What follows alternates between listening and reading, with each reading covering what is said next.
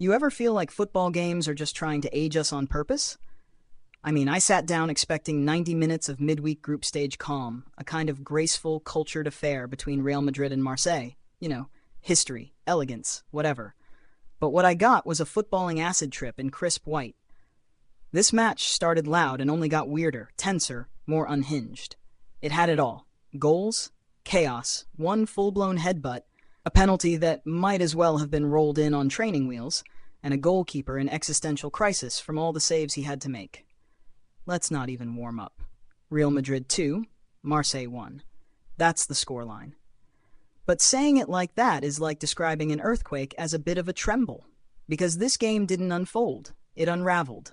From the first kick at the Bernabeu, the tempo was frantic.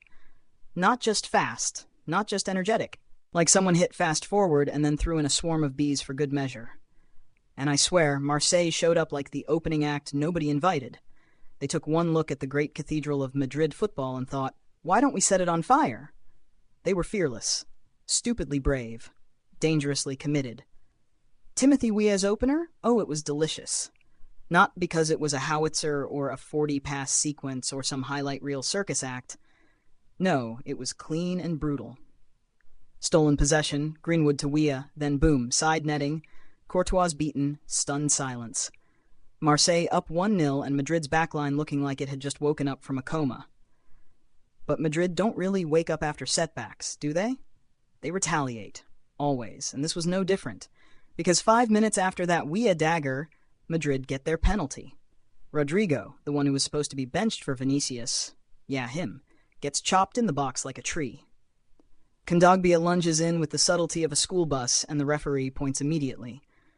No drama. Mbappe steps up. Of course he does. And Mbappe? Against Marseille? It's not even fair. It's not a matchup, it's a hit list. He has now scored 11 times against them, and if he ever opens a winery, he should call it Bottled in Marseille Tears. 1-1. All square. And yet it never felt square. It never felt stable. It felt like holding a lit firework in both hands and praying for a soft landing. Because here's the thing. For all the beauty Madrid can summon, their defense looked like a panic attack made of limbs. Dean Huijsen, talented though he may be, played like a kid who snuck into the Champions League through a side door. Militao wasn't much steadier. Every Marseille break was an event. Every time Aubameyang or Greenwood picked up the ball, there was a sense that something absurd was about to happen. And poor Rulli. Marseille's goalkeeper must have made peace with God at least 6 times in that first half alone. 11 saves before the break. That's not a stat line. That's a cry for help. Madrid pounded the goal like it owed them money, and Rulli just kept saying, nope, not today, try again. But then, drama's favorite child appeared. Dani Carvajal. Or as he should now be known, the man who headbutted his team into 10 men. Let's rewind. Trent Alexander-Arnold, Madrid's shiny toy at right back, gets hurt about 5 minutes in. Hamstring gone. Carvajal comes on. And then this man, a man with nearly 100 Champions League appearances and enough silverware to choke a dragon, decides the thing to do, in the most emotionally unstable moment of the match, is to headbutt the opposing goalkeeper after a minor argument during a corner. A headbutt. Like Zidane, but dumber. Zidane did it in a World Cup final. Carvajal did it in group stage chaos against Marseille, and not even a proper headbutt. Just a little twitch of the forehead. A soft, brainless nudge. But enough. Red card. Gone. Madrid down to 10. At that point, I genuinely thought we were entering collapse territory. Marseille had space, they had numbers, they had nothing to lose. And yet, they still didn't take control. You know why? Because Marseille, for all their intent and flashes of brilliance, completely forgot how to attack. It was as if the moment they saw Madrid go down to 10 men, they got shy. Like someone handed them a winning lottery ticket and they asked, is this okay? Am I allowed? From the 65th minute on, it became a siege. But not of the Madrid goal, of Marseille's. That's the weirdest part of all this. Down a man, Madrid were the ones launching wave after wave of attack. Mbappe was everywhere. Brahim Diaz was darting through spaces like a ghost. Vinicius had that itchy chaos energy, trying to draw fouls with every spin. And then, the penalty. Oh, the penalty. I don't know how to describe it except to say, if this had gone against Real Madrid, the internet would still be burning. Medina brushes the ball with his arm. Barely. The kind of contact you'd get walking past someone in a grocery store. But up goes the arm from the referee. Penalty. No, seriously. With all the calm of someone pointing out an exit. Just, yep, that's a penalty. Sure. No monitor, no long deliberation. Just vibes. And Marseille? They lose their minds. Rightly so. You can see the disbelief ripple across every white-shirted defender. Mbappe again steps up. And to his credit, Rulli nearly gets there, fingers to the ball, diving full stretch, but it's not enough. 2-1. Real Madrid, 10 men, leading. I don't know if it's resilience. I don't know if it's luck. I don't know if it's some infernal pact Florentino Perez made with a demon. But Madrid do not lose games like this. And yet Marseille still had time, still had numbers, still had every tactical advantage you could ask for. And what did they do? They passed sideways.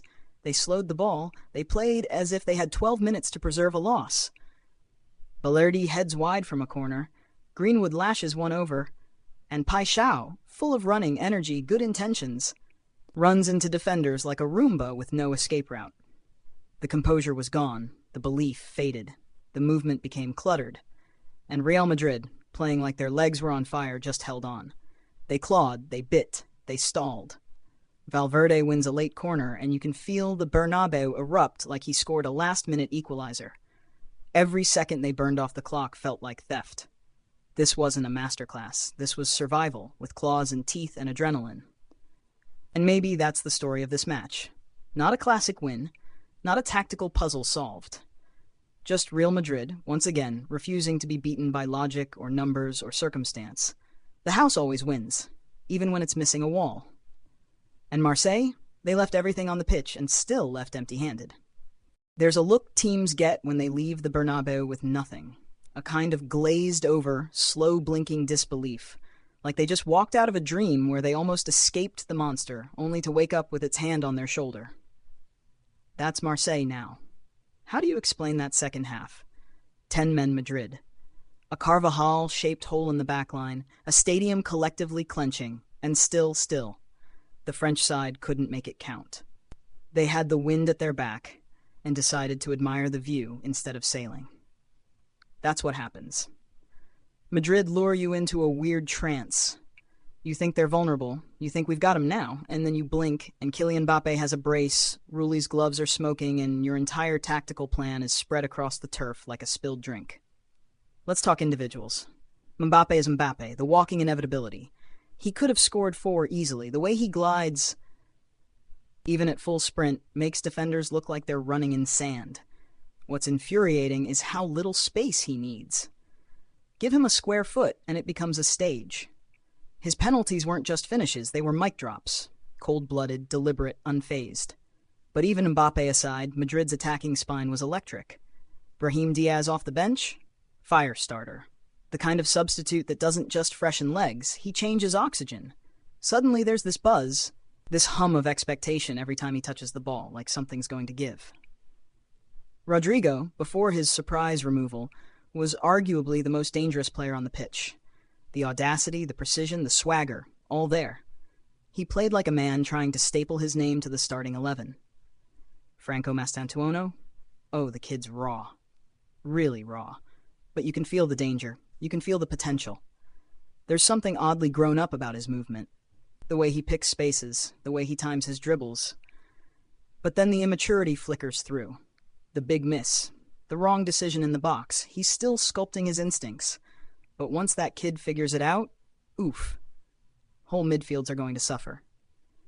And then there's Rulli, Marseille's goalkeeper. The tragic hero. Man of the match and still a loser. Football is mean like that. You could put together a 6-minute highlight reel of just his saves and sell it as a documentary. He saved Marseille from humiliation. Full stop. He made more saves than some teams complete passes. And yet the 2 he couldn't stop are the only ones anyone will remember. What else? Let's talk about the midfield war. Tchouaméni was solid, industrial, the kind of player who cleans up messes other people make. But this wasn't his spotlight match. Højbjerg on the Marseille side looked like he was trying to do the work of 3 men and was slowly realizing he only had 2 legs. Kondogbia? That man had a roller coaster of an evening. Committed the foul for the penalty. almost turned villain to hero with a long-range effort, then faded like a candle left too long in the wind. You just never knew which version of him was going to show up from one possession to the next. Now let's address the headline incident, the Carvajal Red. Honestly, it wasn't violent, it wasn't even theatrical. It was just dumb. A gentle forehead nudge that said, "I have no impulse control and my team is winning too easily, so let me add some spice." It was pure madness from a veteran who should know better. You don't give officials that kind of bait. Not in this era. Not with a stadium full of cameras and 1,000 slow-motion angles. And that moment should have flipped the match. It should have been the turning point. The start of the Marseille uprising. But instead, they stalled, they passed, they fretted, they waited for someone else to be brave. That's the tragedy here. Marseille didn't lose because they weren't good enough, they lost because they hesitated. And Madrid? Madrid thrive in chaos. They pull on it like a thread until the whole match unravels in their favor. Even when Real Madrid are down to 10, they never feel like the underdog. It's like they gain a kind of spiritual arrogance. The Bernabeu leans in, the players puff up, everyone gets a little meaner, a little smarter, a little more dramatic. There's a strange lesson buried in this game. About pressure, about expectation. Madrid treat pressure like oxygen. Marseille treat it like a hot stove. And maybe that's experience. Maybe that's the weight of history. Maybe it's just plain old Real Madrid sorcery. Whatever it is, the result is always the same. The scoreboard. So what happens now? Madrid march on, 3 points in the group, lessons learned. Carvajal probably sent to detention. Mbappe one step closer to turning this campaign into a personal highlight reel. Marseille, they go back to France licking wounds and checking missed opportunities like they're unpaid bills. Rulli will dream of those penalties. Greenwood will wonder what more he could have done. And De Zerbi, he'll probably rewatch the game alone in a dark room, whispering, "Why didn't we shoot more?" Football doesn't reward bravery alone. It punishes hesitation. And Marseille, for all their fight, blinked when it mattered. Meanwhile, Madrid don't blink. They just wait, and when the time comes, they strike. This has been Across the Pitch. Over and out.